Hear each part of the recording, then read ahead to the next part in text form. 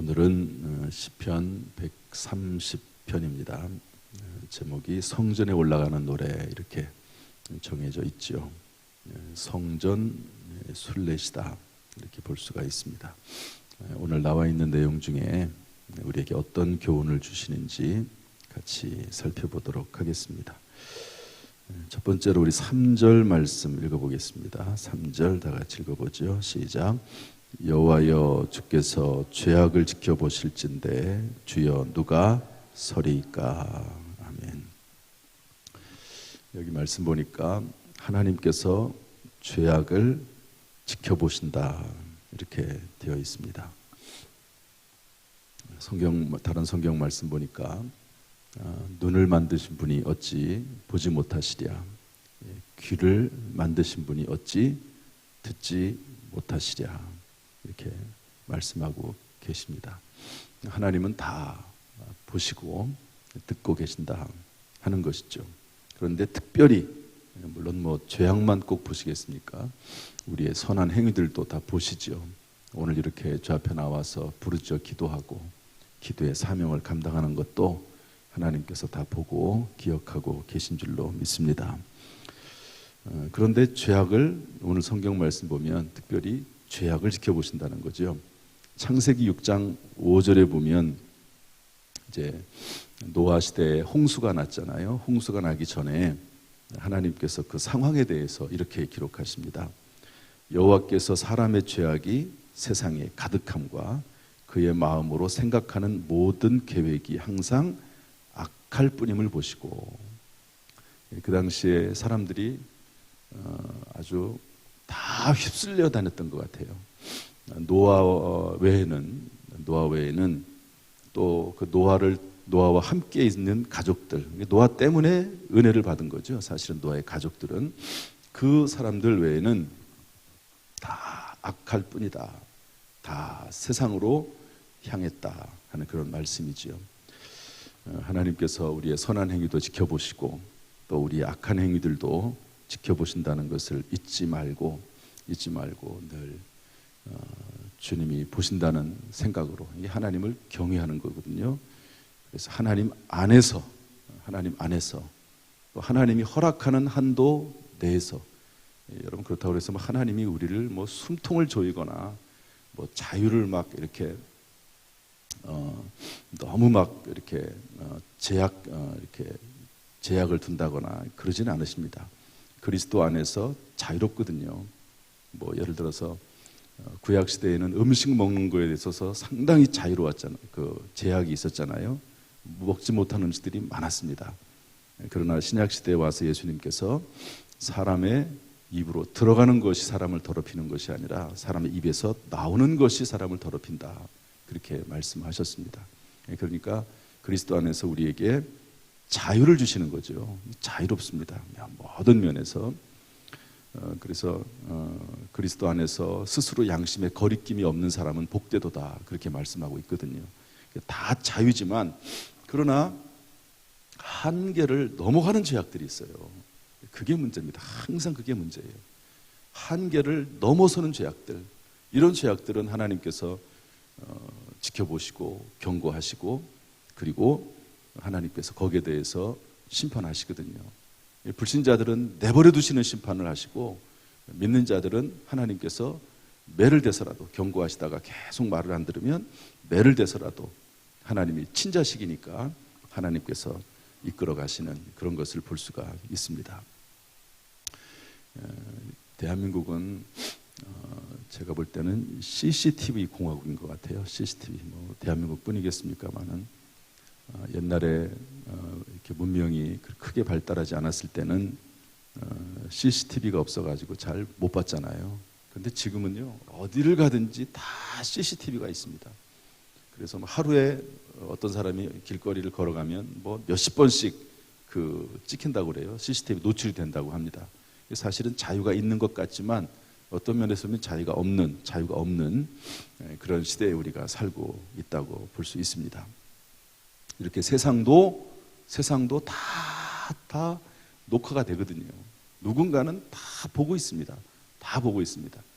단지 그게 죄가 안 되니까 그것이 한계를 벗어나는 죄가 아니니까 그냥 지나가는 것이지, 만약에 그걸 가지고 뭐 다 이렇게 하나하나 따지고 들면 정말 뭐 안 걸릴 사람들이 뭐 거의 없을지도 모릅니다.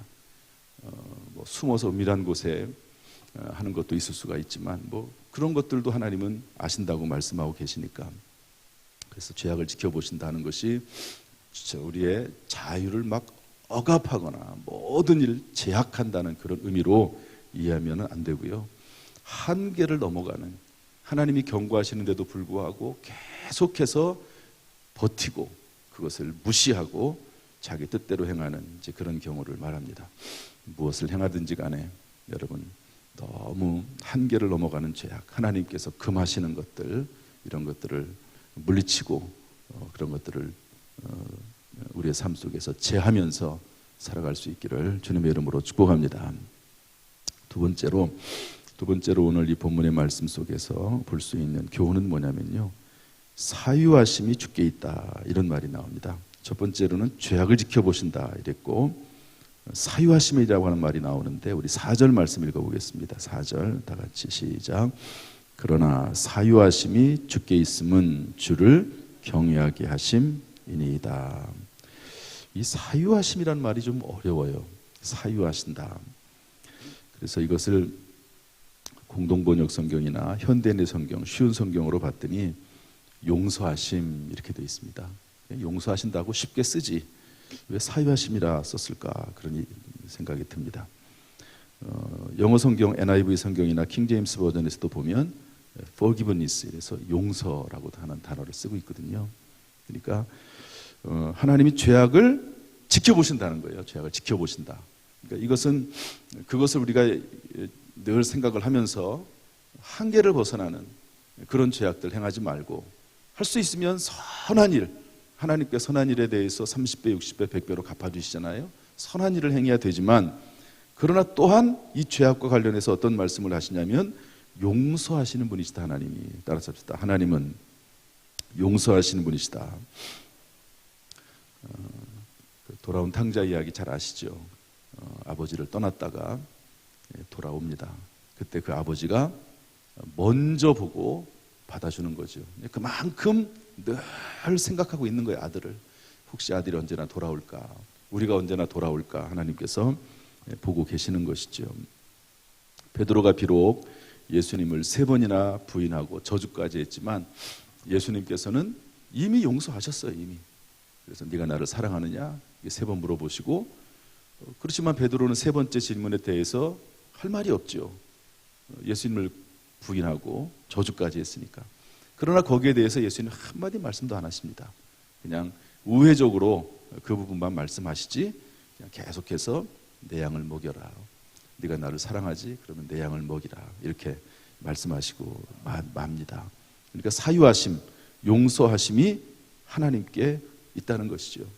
이 죄악에 대해서 한계를 뛰어넘지 말아야 될 것이고, 선한 행위들, 거룩한 행위들, 하나님이 기뻐하시는 사명을 감당하는 삶을 살아야 되지만, 혹시 죄악에 빠져들었다면, 한계를 넘는 죄를 범하고 그리고 계속해서 하나님이 경고하시는 경우가 생기면, 하나님은 어떤 분이시라고요? 사유하심, 용서하심이 있는 분이시기 때문에 그 앞에 나와서 용서함을 받으라 하는 것입니다. 여러분, 저나 여러분은 이미 몸을 씻는 회개를 했습니다. 예수 그리스도로 보혈로 말미암아. 그러나 그 이후에 매일매일 하루하루 안경을 닦듯이, 세수를 하듯이 계속해서 닦아야 돼요. 여러분, 저는 뭐 그런 분들이 많으시겠지만 특별히 여름 같은 경우에는 땀이 나고 그러면은요, 하루에도 몇 번씩 씻지 않습니까? 손도 그렇고 뭐 얼굴도 그렇고. 그런 것처럼 내 마음속에 양심의 가책이 드는 생각이 들면은요, 물론 이제 하루를 되돌아보면서 밤에 종합적으로 기도할 수 있지만, 그러나 순간순간마다, 그 순간마다 예수 그리스도의 보혈을 의지해서 하나님 앞에 회개 기도를 하는 거예요. 하나님, 제가 갑자기 이런 마음을 품었네요. 예수 그리스도의 보혈로 정결케 해 주옵소서. 감사합니다. 그렇게 순간순간마다, 그때그때마다 이게 막 정말 습관화돼야 됩니다. 습관화. 그리고 나서도 이제 하루를 마감할 때에 시간을 내서 뭐 새벽에도 이렇게 나오지만 하루를 시작하는 의미에서 새벽에 나와서 하지만 또 밤에도 뭐 저야 뭐 이제 뭐 대부분 교회에 있으니까 또 집이 가까우니까 대부분 이제 밤에 나와서 항상 저녁 시간에는 기도를 하거든요. 그러면 거의 많은 시간이 하나님 앞에 회개하는 시간, 또 하나님 앞에 혹시 기억하지 못하는 죄까지 있을지라도 하나님 불쌍히 여겨달라고, 또 성도들을 위해서 그렇게 매일매일 기도하는 거죠. 여러분, 하나님이 죄악을 지켜보시고 그러나 사유하심, 용서하심이 하나님께 있습니다. 매일매일 주님 앞에 용서함을 받고 살아가는 복된 삶이 되기를 주님의 이름으로 축복합니다. 그 다음에 또 중요한 말씀이 한 가지가 더 있는데요. 우리 5절 말씀 읽어보겠습니다. 5절 말씀 다 같이 시작. 나 곧 내 영혼은 여호와를 기다리며 나는 주의 말씀을 바라는도다. 그러니까 결국 하나님을 기다릴 수밖에 없는 거죠. 하나님이 죄를 지켜보시죠. 그런데 용서하심은 하나님께 있죠. 그러니까 하나님을 기다리고 바라는 거죠. 그런데 여기에 표현이 상당히 중요한 내용으로 이제 전개가 되는데, 내 영혼은 여호와를 기다리며 이렇게 되어 있습니다. 그런데 나는 주의 말씀을 바라는도다 이렇게 되어 있습니다. 바란다, 기다린다 같은 의미거든요. 그런데 주의 말씀과 여호와 하나님을 동일선상에 놨습니다. 하나님을 바라보는 것과 주의 말씀을 바라보는 것을 동일선상에 놨다는 거죠. 하나님을 바라보는 게 뭡니까? 하나님의 말씀을 바라보는 겁니다. 하나님을 사랑하는 게 뭐냐? 그렇게 말할 때 성경에서는 주의 계명, 하나님의 말씀을 지키는 것이 하나님을 사랑하는 것이라고 했거든요. 우리가 하나님을 바라는 게 뭡니까? 그것은 하나님의 말씀을 바라는 겁니다. 6절 보면 어떻게? 파수꾼이 아침을 기다림보다 내 영혼이 주를 더 기다리라니 참으로 파수꾼이 아침을 기다림보다 더하도다. 주의 말씀을 기다리는 것과 주님을 기다리는 것, 하나님을 기다리는 것은 동일합니다. 따라서 하나님의 말씀이 곧 하나님이요, 그리고 하나님이 곧 말씀입니다. 요한복음 1장 1절 14절 말씀 보면 이렇게 되어 있습니다. 태초에 말씀이 계시니라. 이 말씀이 하나님과 함께 계셨으니 이 말씀은 곧 하나님이시라. 따라합시다. 이 말씀은 곧 하나님이시라. 14절로 넘어가면 말씀이 육신이 되어 우리 가운데 거하시며 우리가 그 영광을 보니 아버지의 독생자의 영광이요 은혜와 진리가 충만하더라. 하나님이 말씀이고 말씀이 하나님이신데 그 말씀이 육신이 되어서 이 땅에 오셨고 그분이 바로 예수님이시다. 그렇게 성경은 말씀하고 계십니다. 이것을 이제 신학적인 용어로 성육신이라고 하죠. 또 어떤 분은 도성인신이라고도 합니다. 성육신, 육체를 입으셨다는 거죠. 도가 육체를 입고 이 땅에 오셨다. 그래서 예수님과 결국 하나님과 말씀은 하나이시고 또 말씀이 육신이 되어 오신 예수님과 하나님은 하나이시다 하는 것을 알려주고 있습니다. 따라서 여러분, 하나님을 만나기를 원하십니까? 영이신 하나님을 볼 수는 없습니다. 모세도 하나님을 보지 못했죠. 하나님과 직접 대면하여 봤다 이렇게 되어 있지만 하나님의 모습을 볼 수 있는 것은 아니거든요. 하나님의 음성을 들었다는 그런 의미로 이해를 해야죠. 어떤 경우에 하나님의 음성을 들을 수는 있습니다. 직접 귀로. 또 어떤 경우에 예수님의 형상을 보기도 합니다. 환상 중에. 그러나 하나님을 볼 수는 없어요. 하나님을 만난다는 게 뭡니까? 말씀을 만나는 것이 하나님을 만나는 거거든요. 그래서 이 말씀을 만나도록 해야 됩니다. 그래서 말씀을 만나면 인생이 새로워지고 변화가 되게 되어 있습니다. 말씀을 만나면. 그 대표적인 사람이 누구냐면 성경의 야곱 같은 사람입니다. 야곱은 복을 받기 위해서 형을 속이고 아버지를 속였지만 그러나 그 습관 자체가 잘못된 부분들이 너무 많아요. 하나님이 훈련시키기 위해서 라반의 집에 보내지 않습니까? 거기서 얼마나 많은 고생을 합니까? 그런데 이제 삼촌 라반의 집에 가는 중에 베델에서 하나님을 만나죠. 그런데 하나님을 만나는데 여러분, 하나님을 직접 눈으로 보는 게 아니거든요. 말씀을 만나는 겁니다. 하나님의 음성을 듣는 겁니다.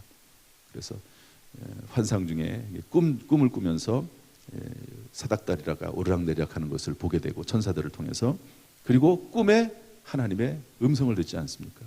내가 너를 축복하겠다. 아브라함의 하나님, 이삭의 하나님, 내가 너를 축복하겠다 하는 그 말씀을 꿈속에서 듣습니다. 근데 우리는 그런 말씀들이 다 이미 성경에 있습니다.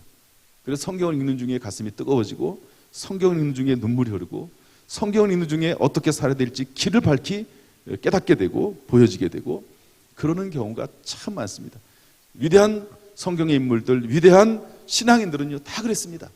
성경 말씀을 읽는 가운데 마음이 뜨거워지고 확신을 갖게 되고 평안을 누리게 되고, 그렇게 살아가는 거죠. 그러다 보면 인생이 새로워지고, 저주받은 인생이 축복의 인생이 되고, 미련한 인생이 지혜로운 인생이 되게 되어 있는 것입니다. 오늘도 여러분, 하나님의 말씀을 바라는 것이 곧 하나님을 바라는 것입니다. 하나님의 말씀을 만나는 것이 곧 하나님을 만나는 것입니다. 오늘도 하나님을 만나고, 하나님을 만난 이후에 우리의 인생이 더 새로워지고 평안을 누리게 되는 귀한 역사가 있기를 주님의 이름으로 축복합니다. 제가 가끔 이제 나김일 목사님 얘기하거든요. 그분이 이제 간암으로 죽을 수밖에 없었는데, 그분 한 거는 성경을 쭉 읽으면서 치료에 관한 말씀을 쭉 읽었어요.